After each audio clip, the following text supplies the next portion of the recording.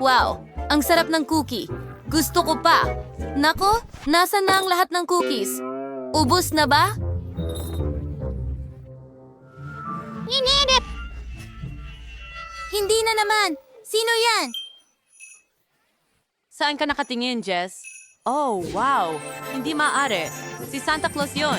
Ho, ho, ho, mga kaibigan. Ano, hindi masaya si Baby Jess? Wala na ba siyang cookies? Hindi pwede yan. Dumating ako para sumali sa isang culinary challenge. Simulan na natin. Pumili tayo kung ano ang una mong lulutuin. Oh, tingnan natin kung ano ang nandyan. Astig, gawin mo ako ng cake. Kaya nyo yan. Kailangan ko ng popcorn, pero ano ang naisip mo, Santa? Hindi ko nga alam. Kailangan kong pag-isipan ito. Oh, naisip ko na. Kailangan ko ng tulong ng mga duwende ko. Oh, at narito na sila. Ano ang dinala ninyo para sa cake? Wow, ito ang pinakamasarap na cream. Salamat. At pati na rin sponge cake. At kahit puting tsokolate. Oh, Gino, iyan lang ang kailangan ko. Salamat sa aking mga tapat na katulong. Kita-kits sa North Pole. Ho, ho, ho! Ano? Ngayon ko lang nakita ang mga duwende. Sige, magpatuloy tayo sa pagluluto. Paghaluin ang popcorn at marshmallow puff sa isang mangkok, dapat makuha ang isang homogeneous na halo. I-assemble natin ang cake. Pisilin ang cream sa sponge cake. Pagkatapos, ilagay ang isa pang layer ng sponge cake. At ito ay dapat ulitin ng ilang beses. Magaling! Ngayon, pantayin natin ang lahat gamit ang cream. Wow! Naging birthday Christmas tree ito. Ngunit, kailangan mong magdagdag ng mga detalye. Pisilin ang magagandang berdeng bulaklak mula sa cream sa buong cake. Perpekto! Ngayon, halos kamukha na ito ng isang Christmas tree. Magdagdag tayo ng pulang at berdeng sprinkles. Wow! Ang ganda ng itsura. Mukha itong pinalamutian na Christmas tree. Ngayon, gumagawa tayo ng bituin mula sa puting tsokolate sa pinakatuktok ng ating Christmas tree. Mali, ano sa tingin mo sa cake ko? Ang galing, Santa! Magaling ang ginawa mo at nagpasya akong gumawa ng snowman cake. Tingnan mo, naipon ko na ito at magdadagdag ako ng coconut chips na parang niebe. Magkakaroon pa ng karot sa halip na ilong. Ngayon, kunin natin ang chocolate Santa.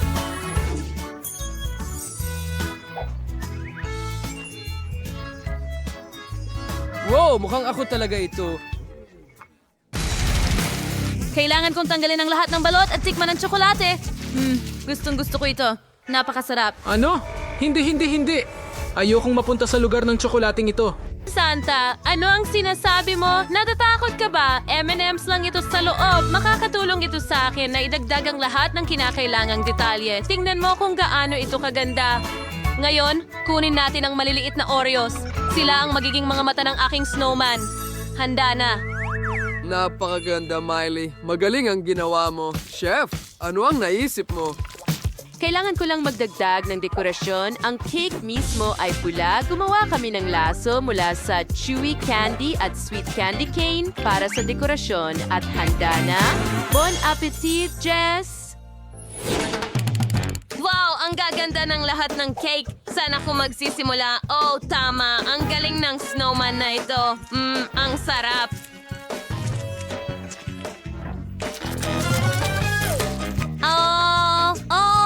Gusto ko ito. Ano ang gawa sa ilong na ito? Oh, totoong karot ba ito? Ayoko ng gulay. Hindi ko na ito kakainin. Ngayon, subukan natin itong matamis na regalo. Wow, ang galing. May mga chocolate cake sa loob. Ang sarap niyan. Gusto ko ang regalong ito. At ano ito? Oh, ito ay isang buong Christmas tree. Ang galing. Gusto kong subukan ito.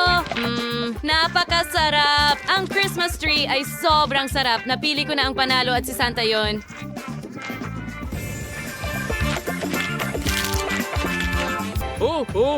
Salamat, Jess. Palagi kang nasa listahan ng mga mababait na bata. Binabati ko ang sarili ko. Oh, ano ang pwede mong lutuin ngayon? napili ko na ito. Ano ang nasa postcard na ito? Oh, kakao. Oh, kailangan ko ito ngayon. Oh, Kakao, may ideya pa ako. Kailangan mo lang ng 2 sangkap. Ihalo ang gatas. Ang chocolate sa kasirola, kailangan natin insinisi haluin. Matalas ko ipaglus o aswa kang inumin ng so pagkasaw sa merap na gabi sa trabaho. Ilagay ito sa baso. Tingnan mo kung gaano ito kaganda. Kailangan nating magdagdag ng yelo. Gagawa ko ng ilang snowflakes. Ayan na. Ngayon, ilagay natin ito sa baso.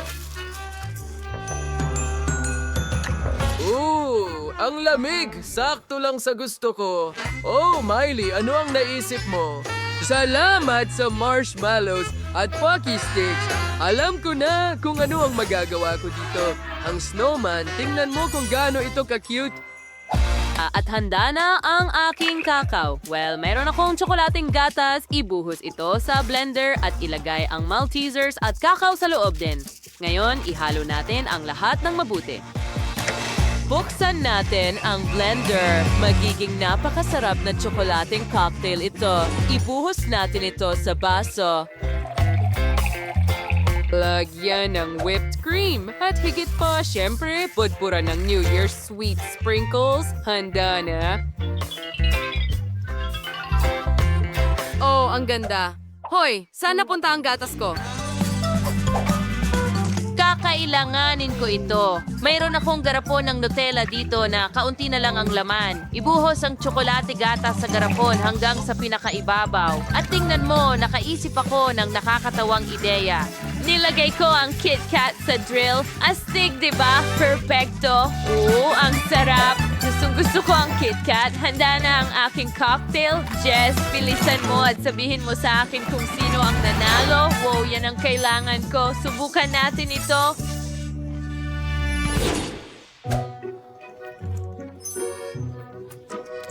Gusto kong simulan ito. Ito ay kakao sa garapon na may Nutella. Hindi karaniwan, pero lasang corny. Sige, subukan natin ang iba pa. Oh, isa na namang snowman na gawa sa marshmallow at kakao. Astig! Subukan ko nga. Masarap ang marshmallow snowman. Pero sobrang lamig ng coconut, so hindi, ayoko niyan. Oho, at ano ito? Ang ganda-ganda. Tikman ko nga. Ang sarap. Wow, napagpasyahan ko na si Chef ang nanalo. Oh, oo. Wala akong duda na mananalo ako. Salamat, Jess. Mahusay ang ginawa mo. Ang huling postcard na lang ang natitira. Ano ang lulutuin mo ngayon? Anong intriga? Oo. Gusto ko yan. Gusto ko ng cupcake. Magsimula ka agad. Daniel Cruz signature dish. Uwan natin ang lavat ng sangkap. Sinangga was Yemeni's Pop Rocks. Tonawin natin just Sergeant Gawali. Kapag naging likido na yung dayat ng caramel, mayarbo alisin iwistik. Ngayon, palubuhin natin ang lobo. Sapat na iyan. Isawsaw ito sa caramel. Pagkatapos, dapat takpan ang bola ng caramel hanggat maaari. Santa, pwede mo ba akong tulungan? Siyempre, walang problema. Eksperto ako dito. Salamat, Santa! Inalis namin ang bola at naging isang caramel sphere ito. Kumuha kami ng chocolate cupcake, piniga ng kaunting cream sa ibabaw at nilagay ang matamis na Christmas tree at tinakpan ito ng caramel ball. Lagyan ng sprinkles sa ibabaw at naging isang tunay na New Year's ball ito. Mukhang maganda at tiyak na masarap. Oh, saan papunta ang cupcake na ito? Kailangan ko ng isa. Sana hindi mo isipin, Chef, na nakaisip ako ng magandang dekorasyon. Gustong-gusto ko ang aking mga reindeer na dinadala ko sa iba't ibang panig ng mundo tuwing Pasko. Pero ang paborito ko ay si Rudolph. Huwag mo lang sabihin sa iba. Mukhang maganda, Santa. Pwede mo bang gawing ice cream sa waffle cone na ito? Pakiusap. Wow, hindi pa ako nakakita ng ganito. Naging ice cream ito. Oh, salamat. Ang sarap nito. Nilagay namin ito sa cupcake. Gumawa kami ng mga tainga, ilong, mata. Ang ganda! Jess, subukan mo. Halika na. Hurra! Mga cupcake cake. Ang iba-iba nila. Gusto kong simulan sa isang eto. Mukha itong Christmas balloon. Oh, hindi. Nanigas ang dila ko sa caramel. Ayokong subukan ito. Well, paano naman ito? Oh, mukhang usa ito.